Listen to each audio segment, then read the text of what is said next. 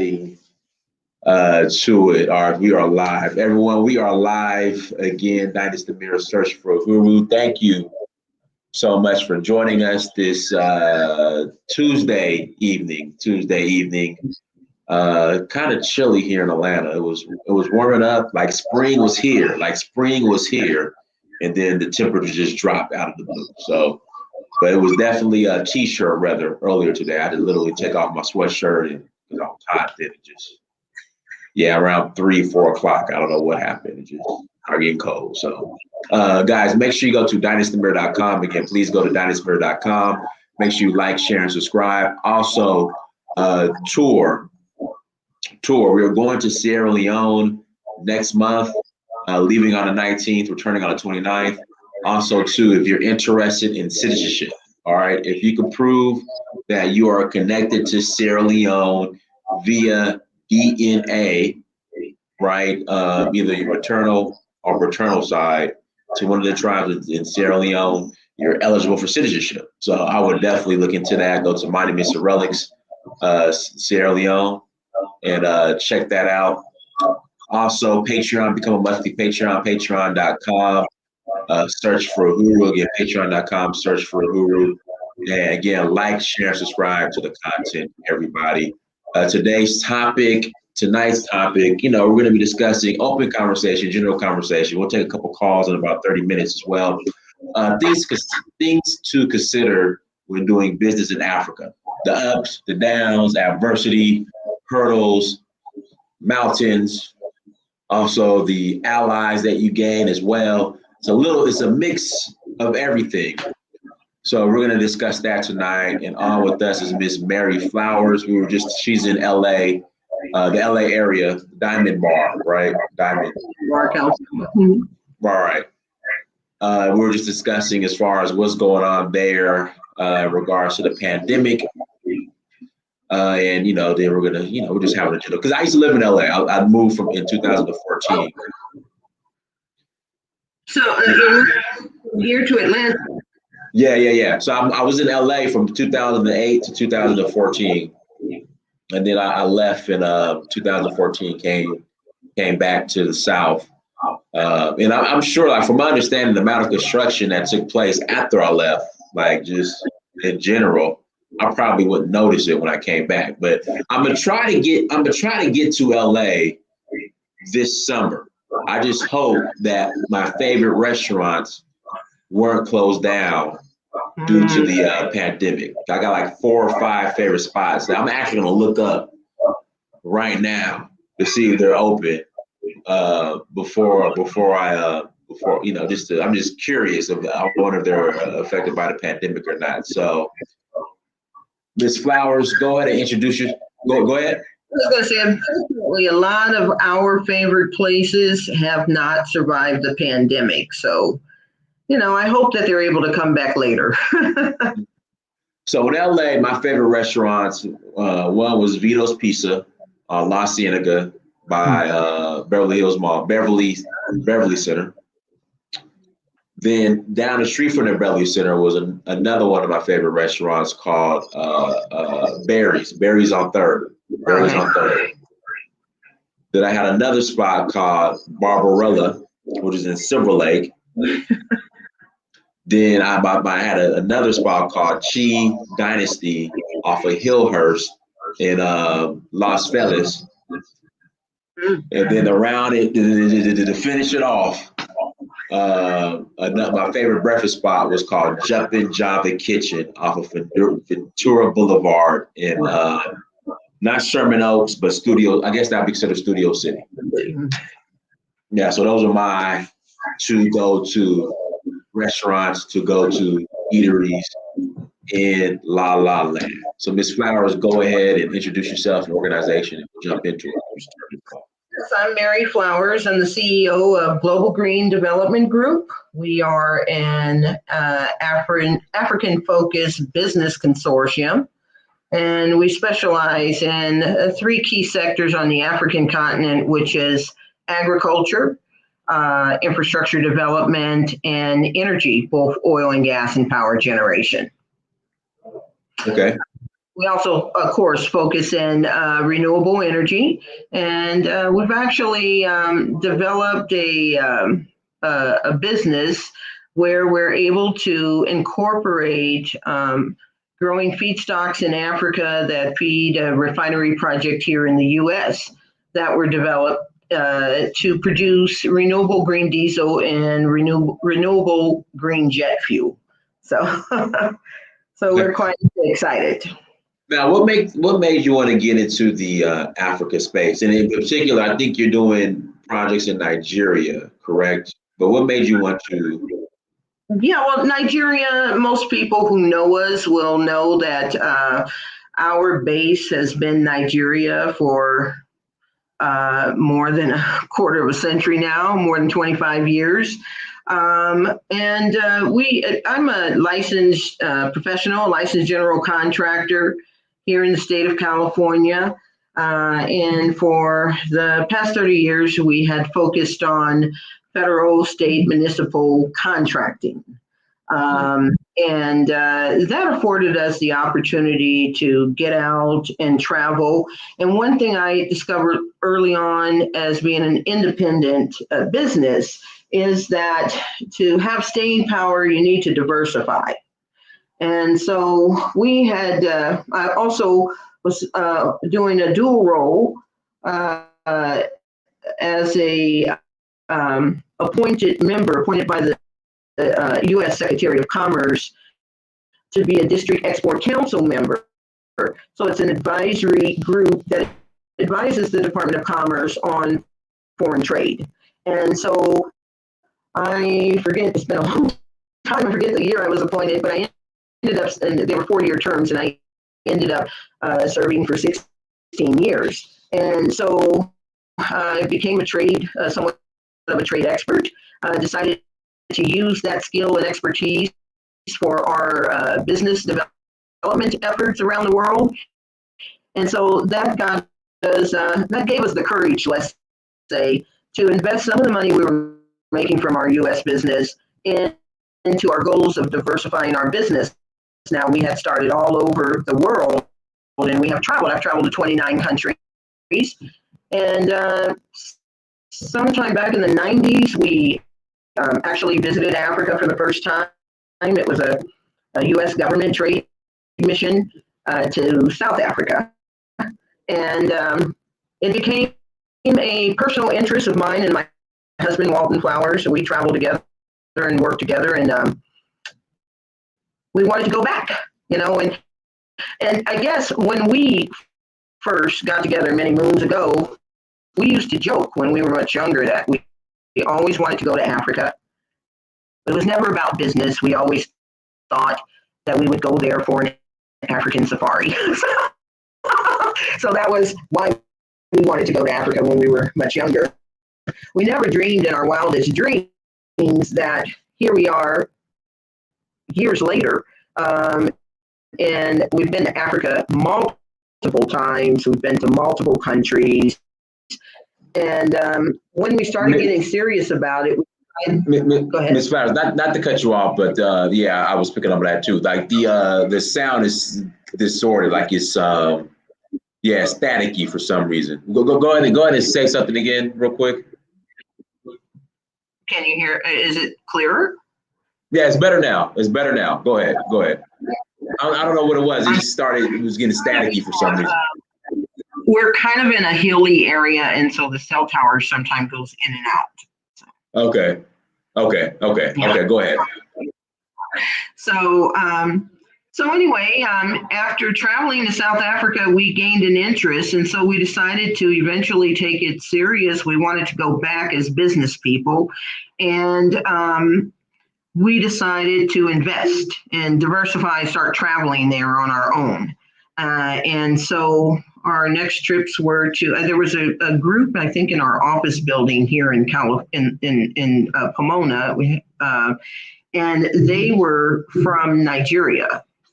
And they, of course, saw a lot of things going on in what we were doing in our business here at home. And they thought we could share some of that knowledge with the folks back in Nigeria. So as a result, we basically decided that we would move forward with them.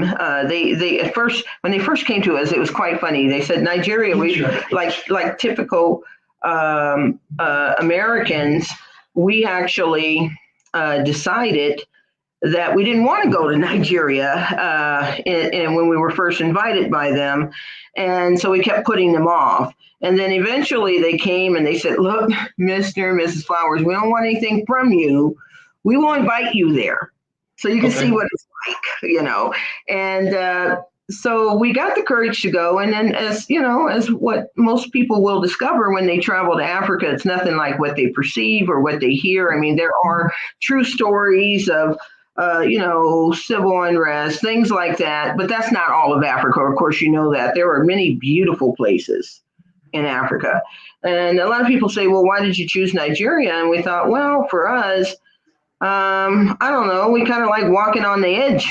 So we decided to, if we went to Nigeria, we did good business there, we were able to make it that we like to start with the toughest first, let's say, and that way we would be able to pave a path into the rest of Africa by understanding some of the most difficult places to get started in.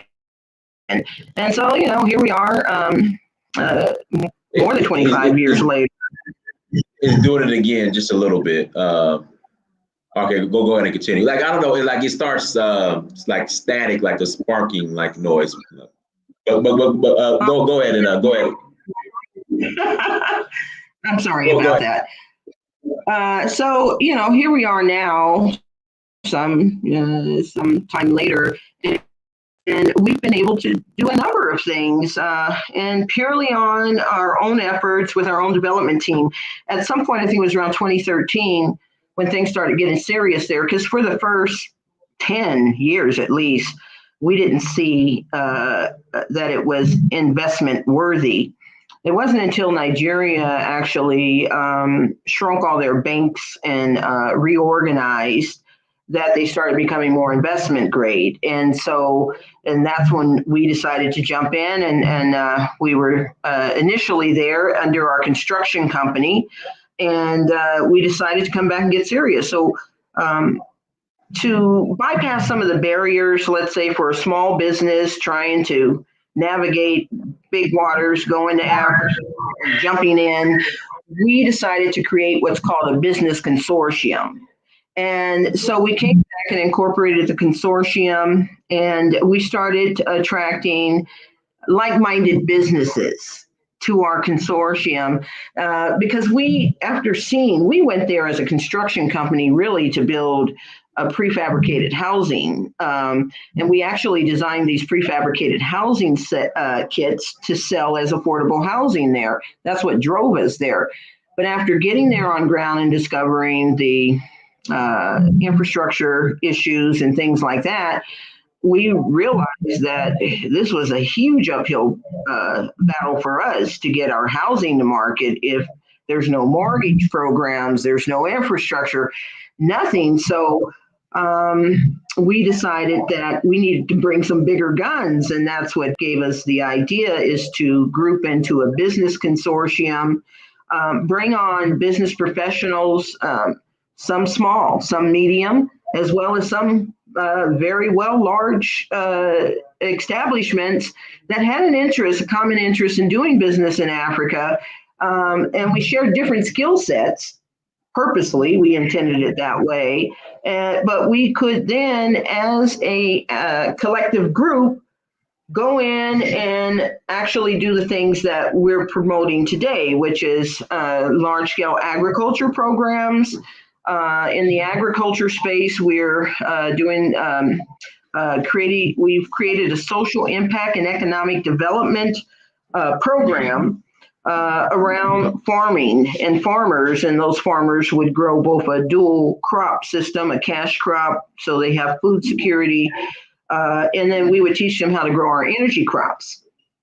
And it's all designed to lift the farmers out of poverty by giving them the skills that they need to turn their family farm businesses into, family farms into family businesses, and be able to thrive from that with ongoing technical support and guaranteed offtake, so that all they have to do is focus on generating the crops, so to speak, and they don't have to worry about where the capital is coming from, or how are they going to sell their product.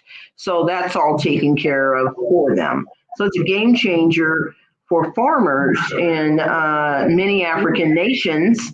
And for the first time in their lives, they're getting consistent income. They're getting a guaranteed offtake for anywhere from 20 to 40 years for growing the feedstock. So now they have consistency and understanding that they're going to have this funding ongoing.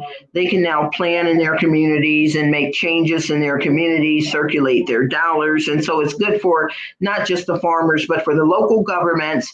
And then the net product, the energy crops coming out of those countries, or an export. So it adds to the GDP for the nation. And so everybody wins, and we're able to, we're not going to just take seeds away, the oil seeds that we're having them grow like most other nations that export from Africa, but we want to have them, leave them with a finished product.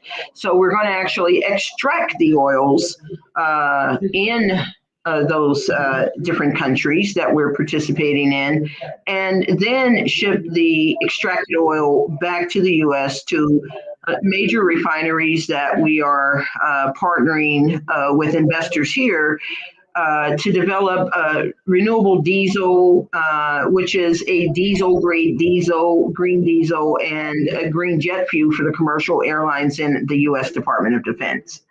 So we call it our low-tech, high-tech project. It's low-tech because it's a farm project in Africa. But when it gets to the U.S., it's very high-tech because we're flying jet planes from the feedstock that's being produced in Africa. We also will be growing feedstocks here in America as well. But I don't think there's any other renewable energy company that has aggressive feedstock plan like we do. And we know that Africa has about 60% of the most arable land in the world. And we also know that there is a need for job creation. And the average African citizen is a farmer or comes from a farming family. And so this is a good way to introduce them into modern farming. And as we bring modern farm technologies, they can grow into other industries as well. And as far as growing the food, one of the biggest things that is troubling is, and what we've learned is, when you go into a certain state or area, if they're all growing tomatoes in that particular area, then they're all out on the side of the road, all trying to sell what they call hawking tomatoes. Right. Yes. Yes, and so you can go for miles and they're all selling the same thing. So what happens to the people who don't sell this stuff? So it gets thrown by the wayside on a continent where millions of people are starving. There is such huge food wastage. And so we looked at that, and even though food was not our target, we know to make the farm program successful that we should continue to help them develop their cash crops, but rather than letting it go by the wayside, in each of the states that we are operating this program, we are acquiring 100 hectares of land and making it an agricultural industrial park to house the modular refinery, where we'll do the extraction of the oils and further produce it into biodiesel for the farmers. And then to house food processing, so that we can catch the food before it goes to waste, can it, package it, what have you, and preserve it for the local food value chain, the domestic food value chain for that country. We have a question in the chat. What crops make up the feedstock? Jatropha is the number one crop for us. It's a tree that grows pure crude oil in its seeds. And neem, there's several different ones that can be grown as companion crops in the African countries, but Jatropha is our number one from Africa.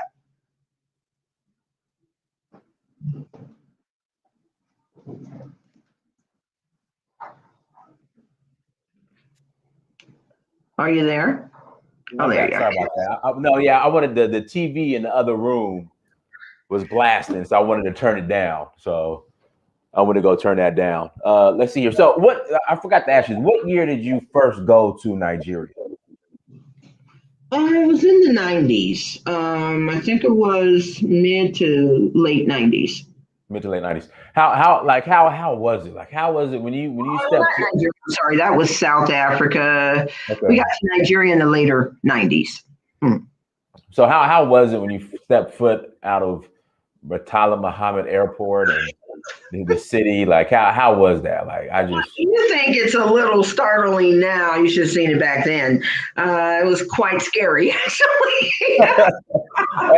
Expand on that. Well, it didn't have, the parking lot wasn't guarded like it is now and so forth. So the minute you step out of the airport, you're instantly surrounded by all these people and, wanting to touch your bag, grab your bag, because of course, if they touch your bag, then you owe them some money. So they're looking for money. So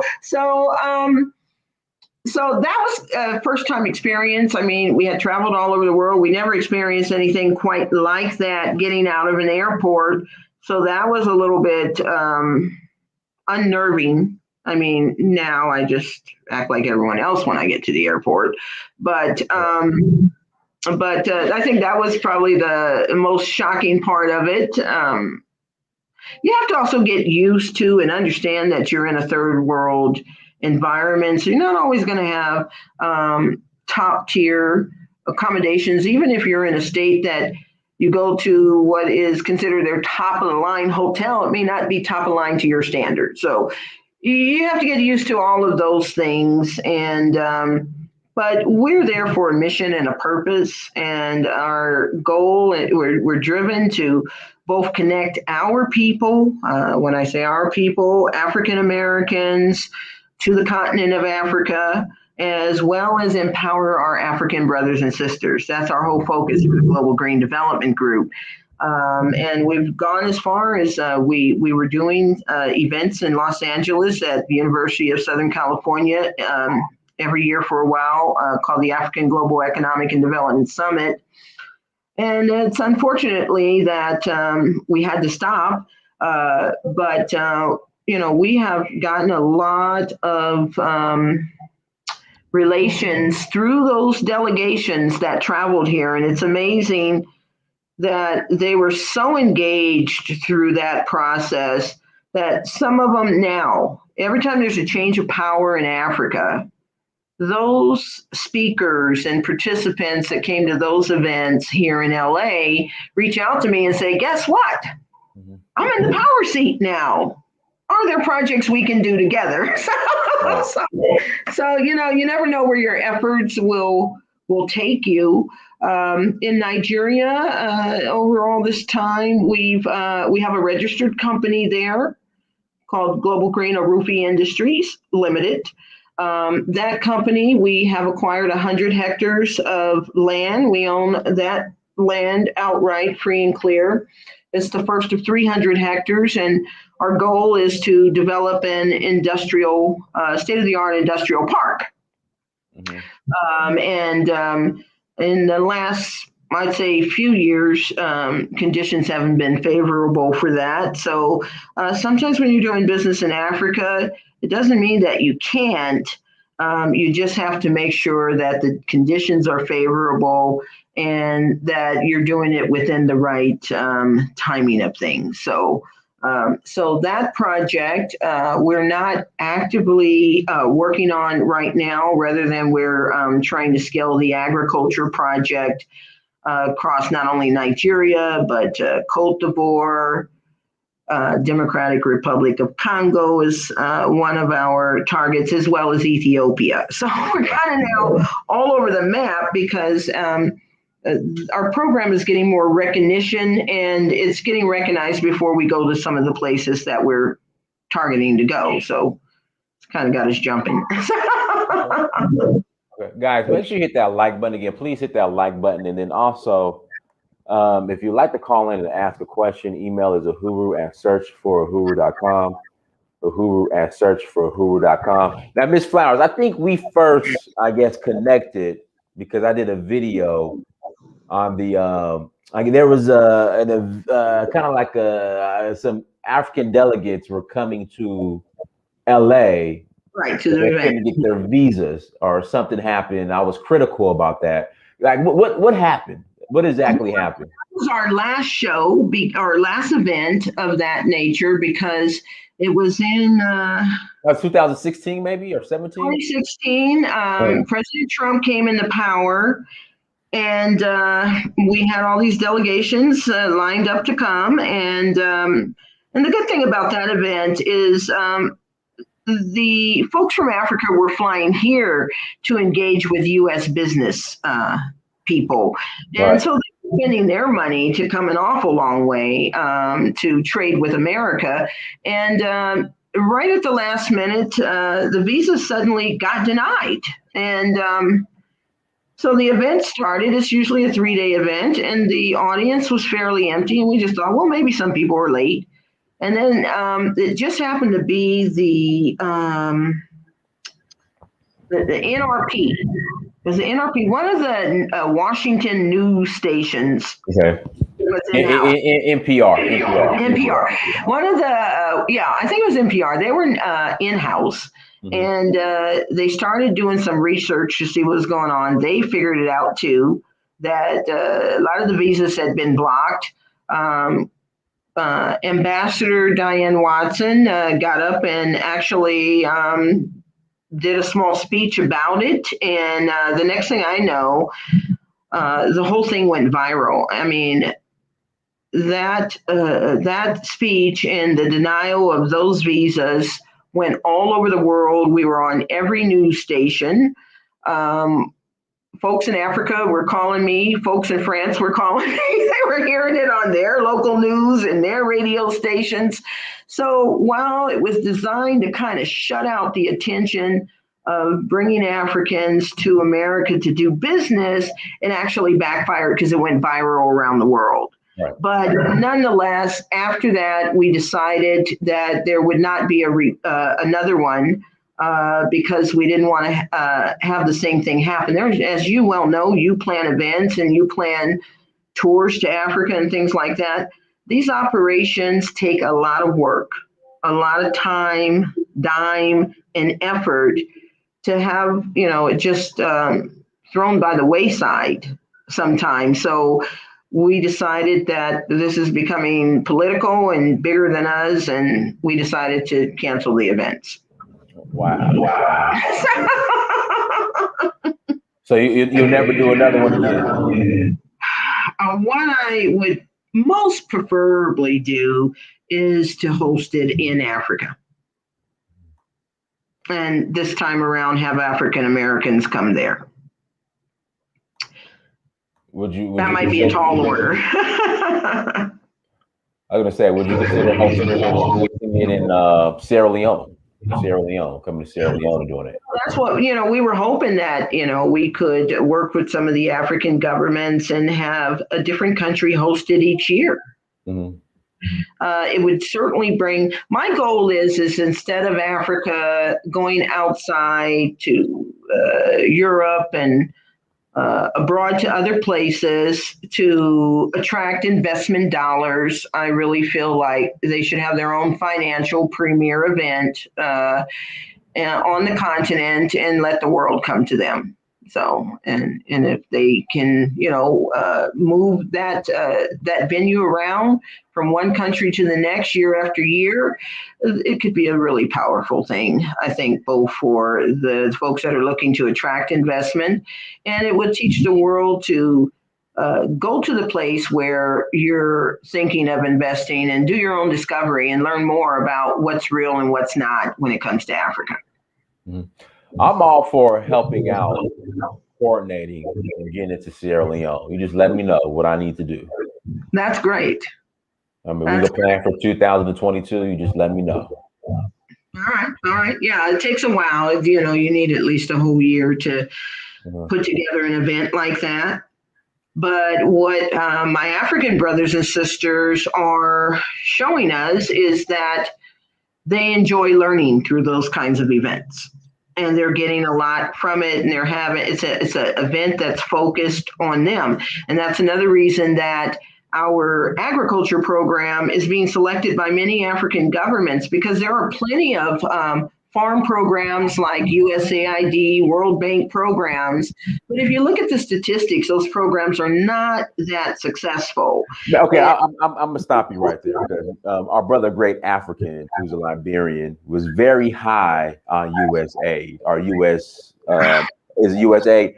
Okay, so please, can you expand on USAID, and does it really make an impact on the everyday African? Like, can you go into detail about that? Well, you know, I'm like you, Dynast. I go into the villages and break bread with the real people. Well, exactly. So, you know, I know what's going on ground, and those programs are not all that beneficial, where they're long lasting, where they're empowering the people that they're there to serve to not have to keep coming back for more capital. You know, the programs that we develop are, you know, you fund it once and it's self-sustaining. So that's a big difference. And in a lot of those dollars that are being used in those programs that are supposed to be for the benefit of the African nations are taken up in administrative cost for the people who are administering the program. And, you know, I was invited to, for instance, to a USDA meeting in Nebraska. And it was a reverse trade mission where they had brought in the top tier of Nigeria's agricultural specialists. And so that interested me because we have a large ag program. So I thought I could reach many of the ag experts at one time. So I flew over and joined the program. They had reached out to me and wanted me to come. And but I get there, and they had done very little work on having anyone in the audience for this delegation that flew all the way from Nigeria. And lo and behold, I'm listening to their introductions and their speeches, and it was some of the best and brightest Nigerian executives I've ever seen. And they were well organized. Mm-hmm. And so I thought, what a travesty. They flew all this way and there's no audience. So they asked us at the end, the few that did attend, you know, what is it that we wanted to do? How did we want to work with these folks and so forth? A large survey of questions. We answered them all, and we had great interest in working with these folks. But then the people who put on the event never, ever called back. So here you have the Nigerians flying, even though they were sponsored, but I'm sure they still had some element of time or cost. And then you have folks like us flying in to meet these people, and then there's no connection. At the end, no one worked to follow up to make sure the dots were connected. Wow. So these programs, while they sound great, they haven't always been effective. Ours is a little more effective because we understand the real and true needs on the ground. We deal with the farmers in a direct basis. We've surveyed them. We've taken time to get to know them.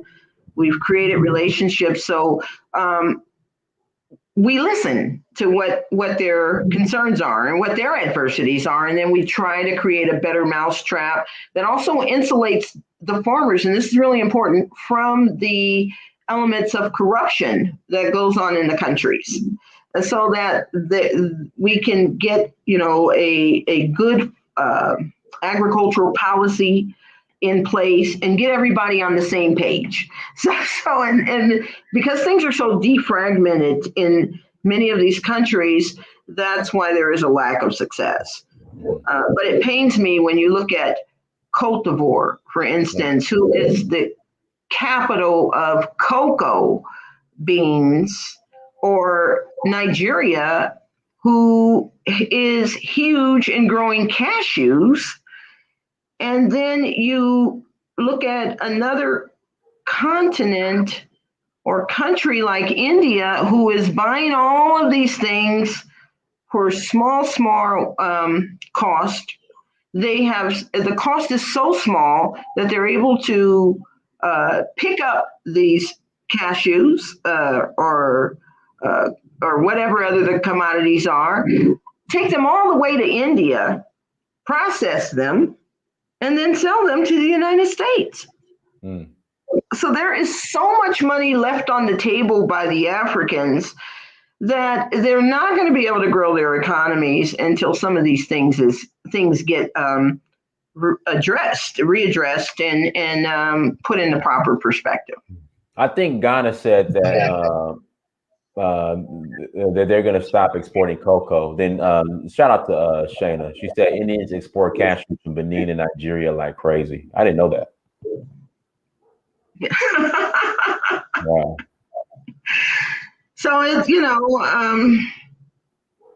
and the thing we need to all understand is we're all sisters and brothers, no matter where we are in the world, and we have to start looking out for one another, and that's how you play the game of economic warfare, if that's what you want to call it, or economic empowerment. And Africa has a lot to provide, and even though there is corruption, systemic corruption, and all these things, doesn't say that we write it off. A lot of times things are done through lack of knowledge, lack of understanding, not knowing what you have, sometimes things like that. And so, but then you have us, you have the folks in the diaspora, who are among some of the most brilliant people in the world, who are skilled in many ways, and we need to focus on what's going on the continent. I really think that's going to be the key to economic empowerment for both sides. Mm-hmm. So, those in the diaspora who aren't interested in the continent, like, what would you tell them? I would tell them they definitely should be. And I tell everyone in diaspora that I encounter that you need to at least go to Africa once in your life, if nothing else. Because I know that if they go just once, they'll continue to return. I have taken people there on trips from all walks of life, all races, all of God's creations. And it's so funny. All the time, this is the funny part, when we're leaving LAX and we're all checking in at the counter, I get the same story, no matter what group it is. Oh, my sister told me not to come. My brother told me, or my aunt, or my mother, Still in 2021. Yeah, and are you sure it's going to be safe and blah, blah, blah. And I always tell them, look, how many times have I gone there? I always come back, don't I? So this is always, and then once they get there, you can tell that they become relaxed right away. And definitely by the time we're on the flight back home, they're praising how much they enjoyed themselves, what it was not what they thought it was, and also they want to go again. So I haven't had anyone come back with a negative connotation and not wanting to go again. So I mean, there are sometimes things said like, okay, well, they got open sewers or they got this. But again, I've been all over the world. I've been to other third world environments. They're all the same. Awesome. That's just the economic status of the country. Guys, hit that like button, and what we'll do, we'll take a couple callers. If you'd like to call in, email is uhuru at searchforuhuru.com, uhuru at searchforuhuru.com. Call in and send me an email, and I will forward you the link. Again, call in, send me an email, and I'll forward you the link. Okay, here we go. Let me, all right, brother, Great African, I am sending you the link, and so you'll be our caller, and then we'll close out. Brother Great African, I just sent you the link. Okay, so he should be hopping on here in a second. So what's next, Ms. Flowers? Like as far as what you're doing and your Africa plan, like what's next? Well, my thing is mainly to grow this agriculture program all over Africa, because I know that it will affect many, many people, thousands and thousands of people, and change their lives. So that is a great reward to me. I just don't like to see all the suffering when I go there, and I just think things can be better, especially when these countries are endowed with such great resources. Right. So Great Africa, we're waiting on you, and then you come on and ask your question, make your statements. Brother Great African. Now, Great African, he was a huge proponent of USD aid or whatever it's called. He thought it was the best thing going for Liberia. So, Great African, you could come on and explain how that is so. Great African. Ms. Flowers, how can people reach out to you? You can reach out to me. You can go to our website at www.G for George, G for George, D for David, G for George, now, NOW.com. Global Green Development Group, now.com. Okay, so guys, a link to the website is in the chat room. Again, link to the website is in the chat room. So go there, check it out, and reach out to Ms. Flowers. But I'm serious about doing something next year. Just let me know. Well, I'm always when I fly over to Africa now, I'm going to be checking with you to see if you're on that side.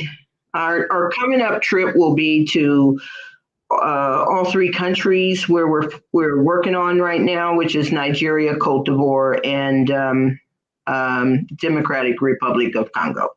When are you going back to the Congo? I want to go to the Congo. When do you plan on going to the Congo? Just as soon as I can I'm trying to get my vaccination completed. And as soon as I'm vaccinated, we're going to start planning the trip over there.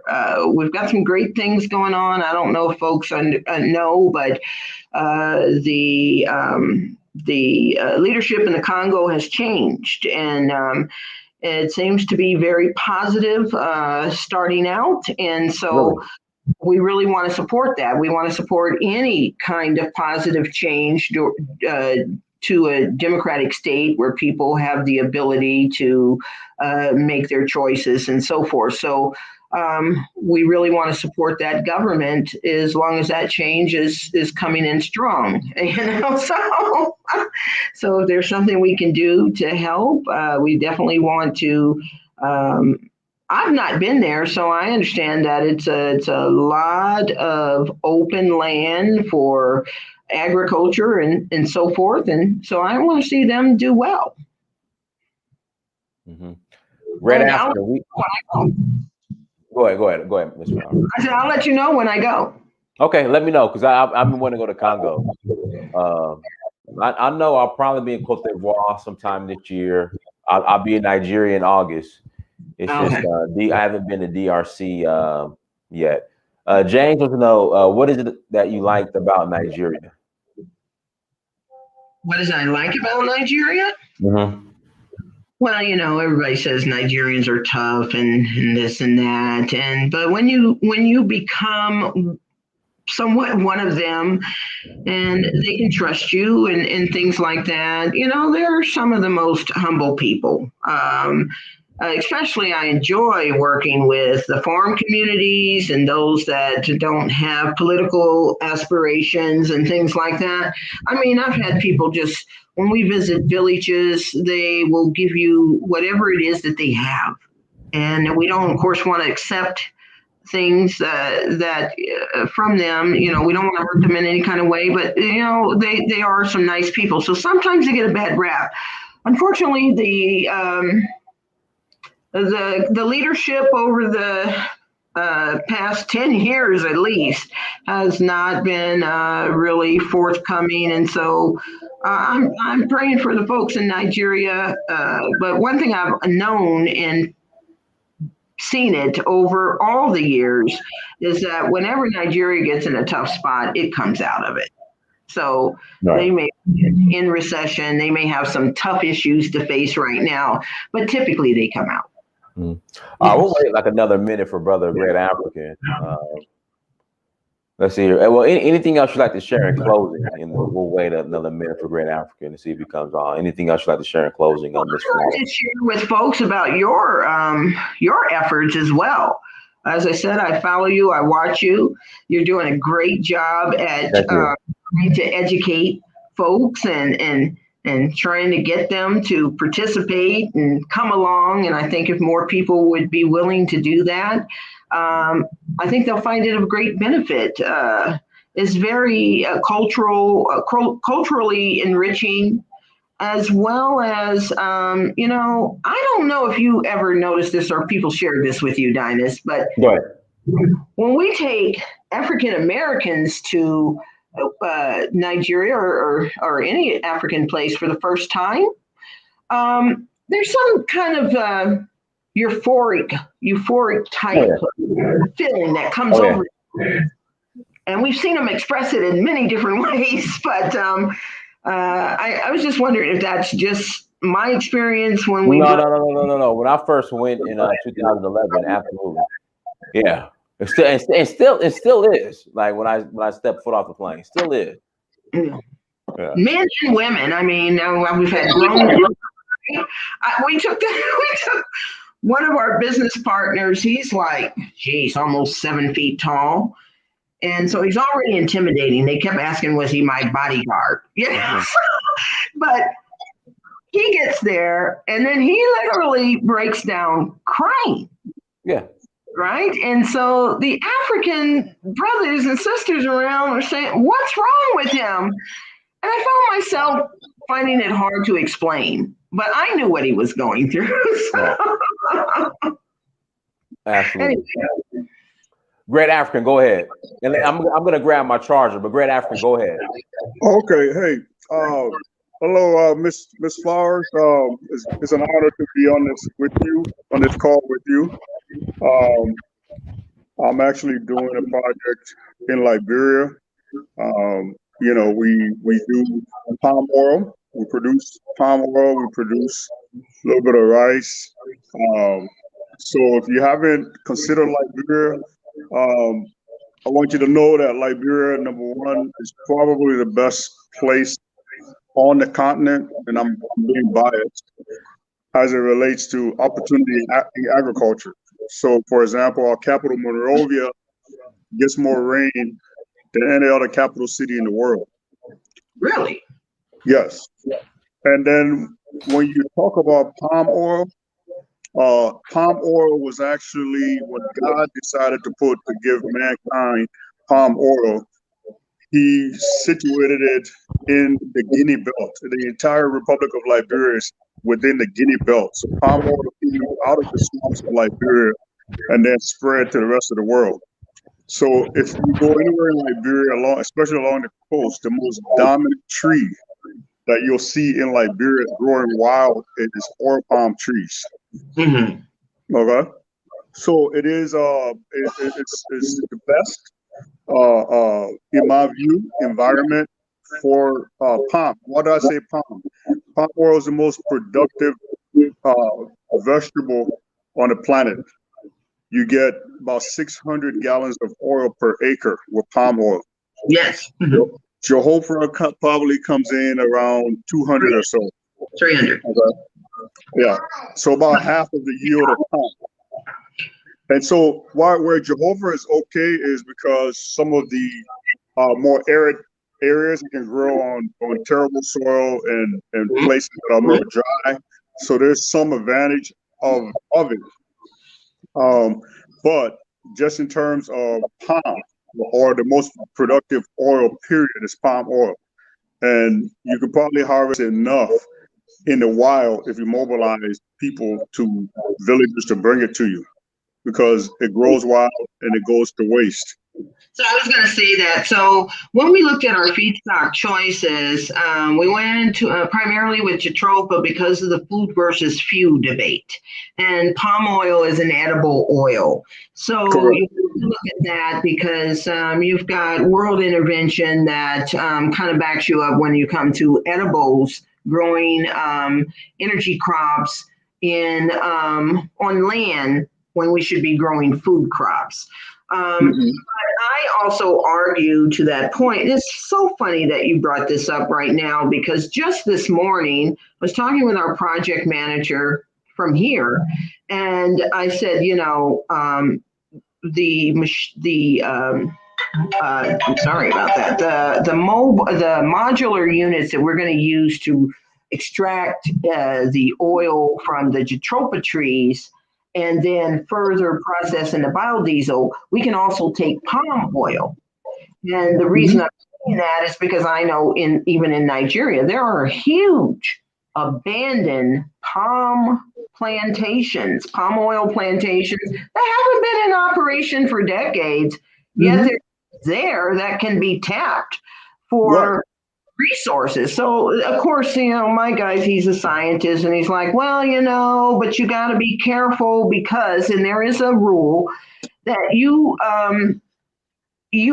cannot clear land to produce palm oil anymore because you're degrading the forest situation when you do that. So if laws have been in existence, I think, for more than 10 years, then you can legally make use of the plantation. The reality is, okay, here's one of the things that we all have to be careful of when we're dealing with the European and white power structures, is that they are telling us how to manage our resources and our forest. Yes. I'm here in Wisconsin, and I can tell you that part of this area used to be forests and prairies, and when you get in the airplane, it's nothing but farmland. So they've completely used all of their land, okay, to the extent that Africa has not developed to that level where 65% of available arable land is now in Africa, okay? So they're using very, very inefficient means to do ethanol using corn, which it uses more energy to produce, okay? But they're going to tell you and me on our own African continent, oh, you shouldn't be clearing any more land for palm oil. The fact is, when you talk about carbon emission and carbon oxygen production, palm plantation produces just as much oxygen as the forest that you're clearing. So it has no bearing on same with jatropha. Yes, that's funny. They want to bring the GMO stuff to the table. So correct. So what I would caution is that they're going to tell you don't use palm oil. And the thing with palm oil problem is in Indonesia and Malaysia, okay, they have cleared their little islands. So they've cleared so much of their forest. Okay. So they're completely tapped out. And so what I wanted to speak on is this value addition. So I just brought that up as an aside. But when we talk about, for example, cocoa, so if I go to the hardware store this spring to buy mulch, I can buy cocoa mulch for about $5 for a 5-pound bag, okay? So the trash in the cocoa, after they process the cocoa here in the United States, the trash that I buy to put in my garden because it smells like chocolate, okay, to make everything smell like chocolate, they're getting that's the waste. They're getting more for the waste than the African farmer is getting for the actual cocoa bean. Okay. So as we organize and we get engaged in Africa and go back to our own continent and work with our own people, we need to look more forcefully at value addition on the continent. Biodiesel, as an example, is not a lot. It's not as it's very, very easy to process compared to petroleum. Okay. So then what the strategy would be is to encourage the African governments to use biodiesel like what we do here in the United States, like biodiesel 15, so that we have a domestic use for it. Okay, just create the market for it, grow it there, process it there, give the job to the people there, as opposed to doing what everybody else does, goes to Africa and extracts the resources, brings it to the West to produce it, and then export it back to Africa after the value has been added to it for you. Our program is about is to make sure that these are value adds. That's why we're saying we're producing the biodiesel before it leaves Africa, so that they have a finished product. And then the oil we're using in the refineries here, we're bringing that here. But we would have already extracted it so that it has a higher value when it leaves Africa for our African brothers and sisters. And that's our whole goal, is to bring more of that. That's why I wanted to do an industrial park. The starting phase 1 is a 300 megawatt gas power plant using Nigeria's natural gas resources. They need to exploit more. They burn, I don't know if you know this, but through flare it off. They flare off about $2.5 billion worth of gas every year that could be going right into their economy. So these are the kind of things you can start. We always say start with the low-hanging fruit. Yeah, that's very good. Natural gas can also be used to produce fertilizer. It can be used to produce fertilizer, which would fall. It's all a cycle. So I really want to commend you for the work that you're doing. You know, this is the type of partnership when we talk about African Americans engaging the African continent. This is the higher level of it, and so I just wanted to give you some words of encouragement. But I'm operating in Liberia on a farm, so we're trying to scale up. We're producing palm oil. But what we're looking to do is get into the cosmetics and soaps and everything like that, add value to it, as opposed to just selling the oil. So that's our next level. And also, we're surrounded by swamp. By the way, when you talk about food production, and I'm going to promote Liberia again, 1/5 the landmass of the Republic of Liberia is lowland swamp, which is because we get more rain than anybody else. So if you think about it, 1/5 of the landmass is swamp, which can be easily developed to cultivate rice on a massive scale that would be able to supply the entire West Africa. Okay, but it's there as almost like a nuisance. Now, if you try to develop the swamp, your white power structure is going to tell you, oh no, you're going to be, you're messing up the natural ecosystem, and they're telling you all this crap. And then they have completely developed every single morsel of land, and then they have a few reserves for national parks. But then they have the nerve to tell us how we should develop to feed ourselves. So after I feed my people and myself, then we can come to the table and talk about carbon credits. We can talk about what we're going to do to set aside certain things. But until I'm able to do that, I don't want to hear it. The same thing about Jatropha not being a viable feedstock and all this. And we started doing our research when we wanted to build the refinery here to make the real gas based off of using cellulosic plants. And NASA, Honeywell, who produced the first technology to fly plant-based feedstocks in jet planes, guess what the feedstock was in all the testing? Was Jatropha. So what they're telling us, it's not a viable. That's why I was saying programs like USAID, those are the ones telling us it's not a viable feedstock, when we know that is one of the most superior feedstocks. It is. Okay, so algae, they can't profit here in America. Yeah, algae production is also a very I want to address the USAID situation, because I think there was a little bit of a misunderstanding when Dinas, you mentioned that I was reading about it. But here's the thing. we were talking on a political level about Trump and Trump's engagement to Africa versus Obama's engagement. And I used USAID's program as an example of American engagement. And all of those things pretty much went away when Trump came into power. Yeah. And so what I will say is this. When you hear the headline, they'll tell you that, oh yes, we're investing $50 million into something, like, as you rightfully said, Ms. Flowers, that most of that is administrative costs. Is going for the Toyota Land Cruisers, is going for the Toyota Hilux, is going for them living high off the hog. Okay, so the issue where I run into problems with them when I try to engage them for funding, they feel like I'm trying to become a millionaire.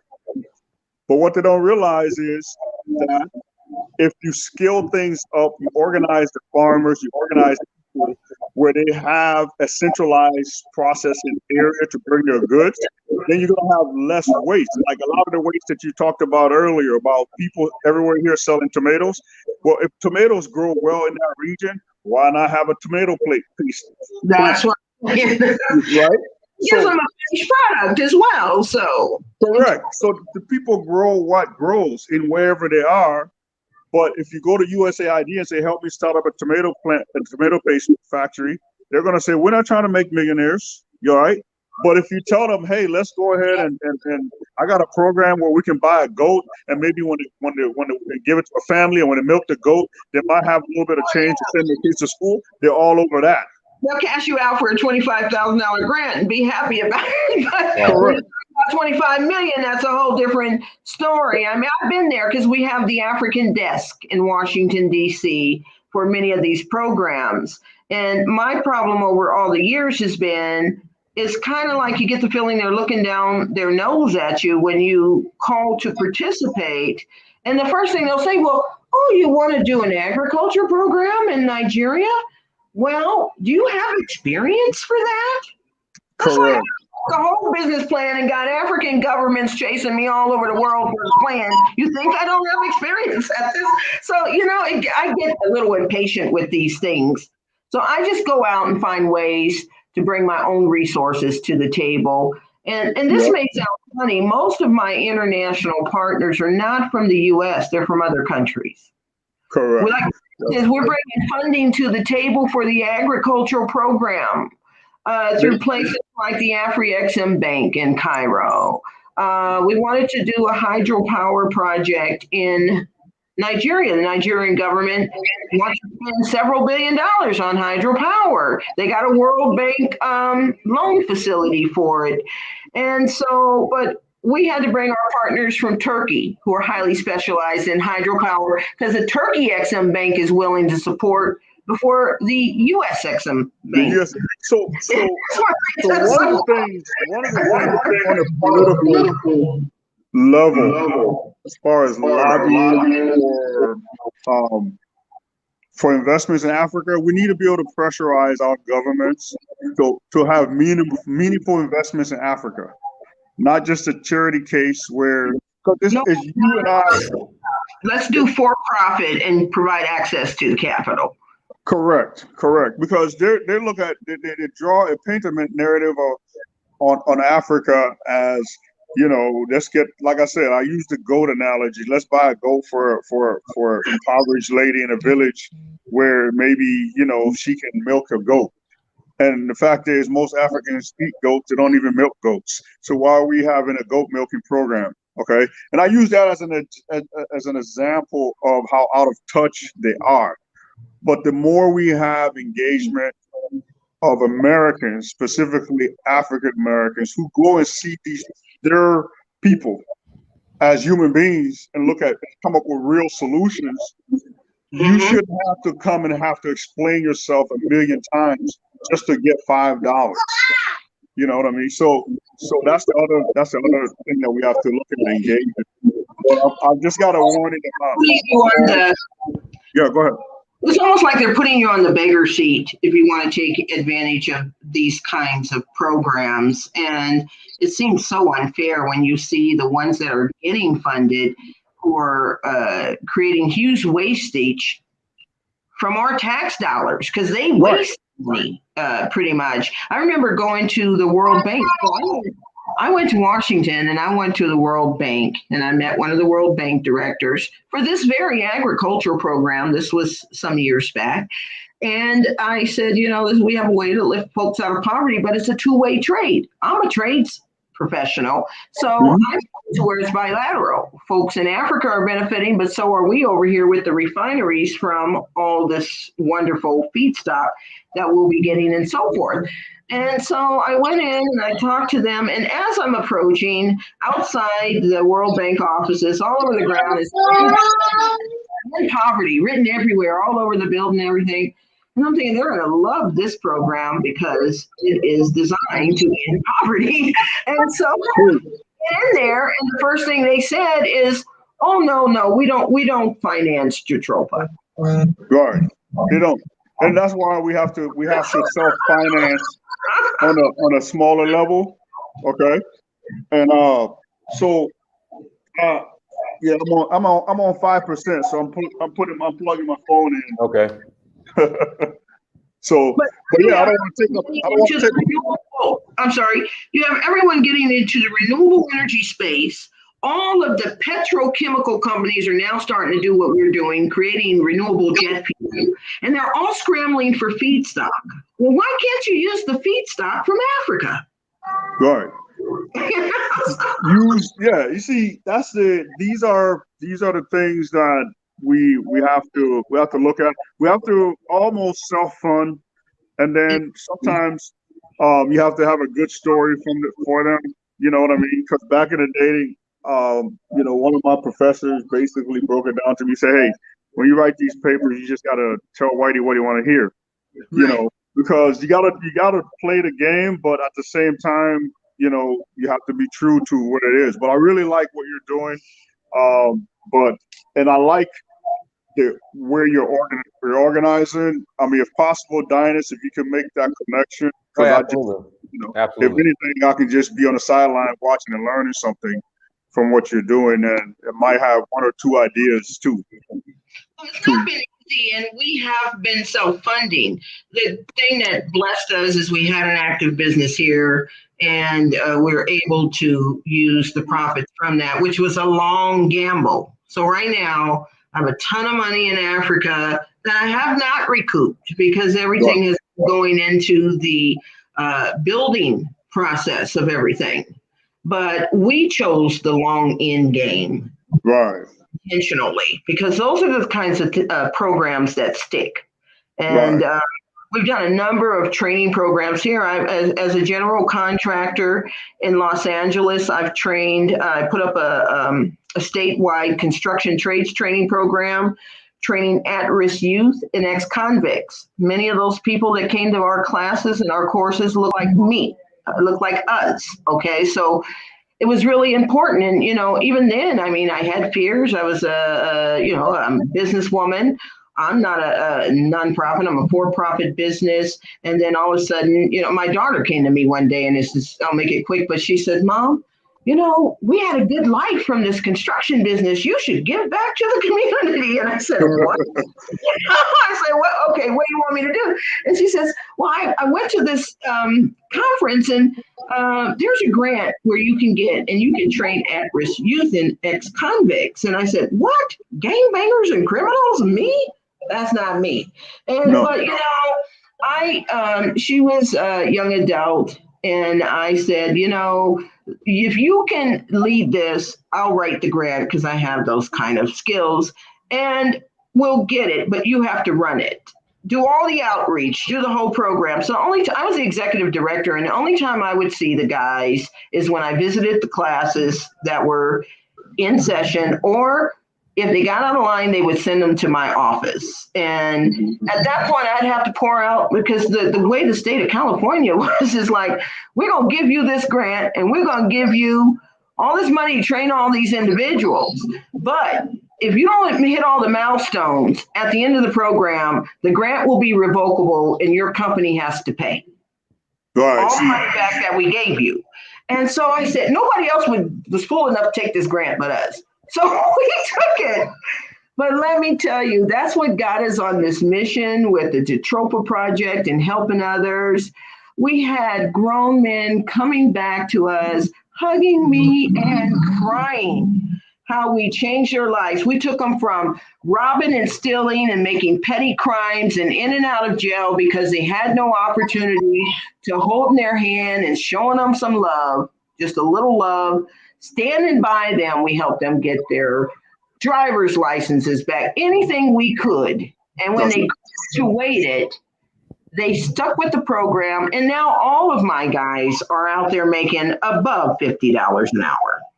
Journeyman contractors. That's nice. Because one of the things that, one of the faults that I see with us as a people is we don't unapologetically make our money. It's like when I see somebody start a business, they always want to just remember me saying this. Anybody listening? Yeah, well, the proceeds, we're going to do this for charity. It's like everything has to be around charity. It's like we didn't mess up the world, okay? So why are we now being looked at for, if I make $1, I'm supposed to take money and give it to a charity? I want to make money like everybody else and not have the so-called burden of looking at it to say that, oh yeah, this is for this. If I'm doing a business and I hire people, it's because these people are going to be able to help my business make money. I'm not doing it as a charity. It's not. So it's like we just, too many of us I'm not listening. I just are have to operating in that space of poverty. You know what I'm saying? Like just trying to always, it's like you're almost ashamed to make money. Yes. Okay, that's one of the reasons why we don't support one another, because he's trying to make money. Why not? Right. If I create a job for somebody, that's good. You know, been our biggest downfall in trying to help everyone, and work with our own folks is you come with the greatest of intention, but you may already have a little something going for yourself and you're trying to make it better and help drag other people along, but they see it as, you're trying to get something from them. And I wish that we could change that attitude because it hurts us all. I'll tell you, to get in the general construction game, especially here in California, we have a lot of racism. It's called a white male dominated industry. And Mexicans. Something to, open your eyes up to. And I am the licensee. I passed the general contractor's test. I said, I'm going to do this. We're going to get out there on those military bases.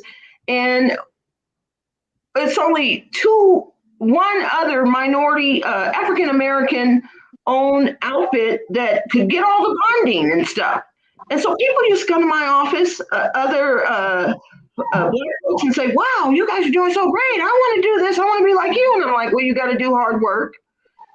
And then the other thing is you got to know how to get in the game. This is not an industry that you can just walk right into because they put them bonding up there to keep folks like us out. We'll never be able to bridge it. So, we've always thought outside the box. I'm willing to demonstrate that I have what it takes to do what I say. If I say it, that means I mean it. And I'm not trying to fool anyone. So I came from corporate America. I worked at Waste Management at the time, we started the business in '89. And so at that point in my life, all these Ivy League, non-minority people were coming into my department and going beyond me. Now, I started in the sales into the business there, and I was one of their top sales. I generated a lot of money for this company. And I started saying to myself, well, I feel like my talents are being underutilized because some of these fresh out of college guys is coming in here. They're intentionally planting them in my office, in my branch, and then they're getting out and going a higher level than me. Right. And when that stuff started happening, I said, you're not going to be using me. So we decided to start. We came home one day and said, you know what? With all the customer base that I have helped created over all these years, if I cash out my 401k, and at the time, my husband, we already had a trucking company with big rigs. I said, you sell those trucks, we can start a construction company. because construction was my thing at the company I was at. And I said, we would be good for at least $1 million a year, just with what we have starting out. And so it didn't take my husband a heartbeat thought. We did it. And then we had a successful 20 long years until the 2008, 2009 recession. And at that point, we were faced with, do we try to hang on and lose everything we have because there's nothing moving, nothing else coming in? Or do we take our little nest egg that we've been able to get from this and continue our business in Africa? Because back then, Africa wasn't even in the financial game, so it wasn't affected like the rest of the world in that recession.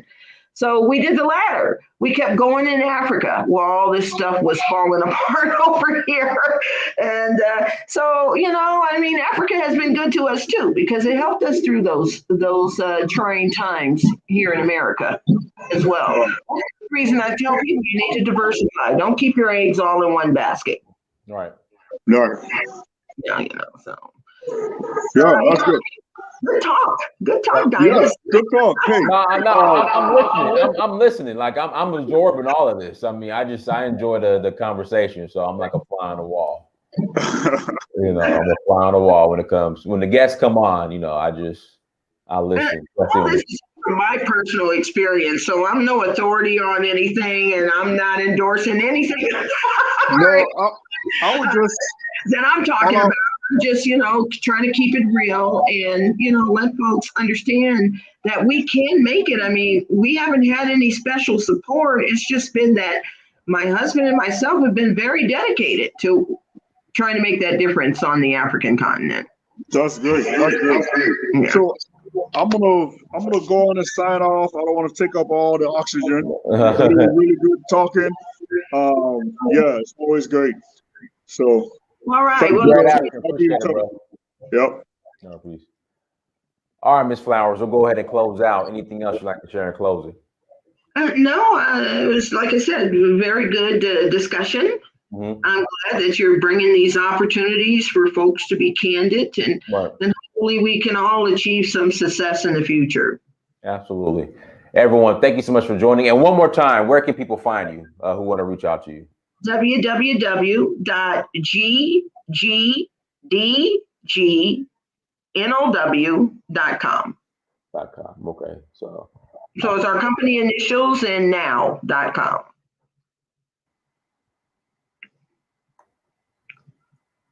There we go. Everyone, thank you so much for joining. Like, share, and subscribe. Until next time, family, Donnie Samir, search for Huru. Peace. All right. Thank you. You're welcome. Bye-bye. Anytime. Bye.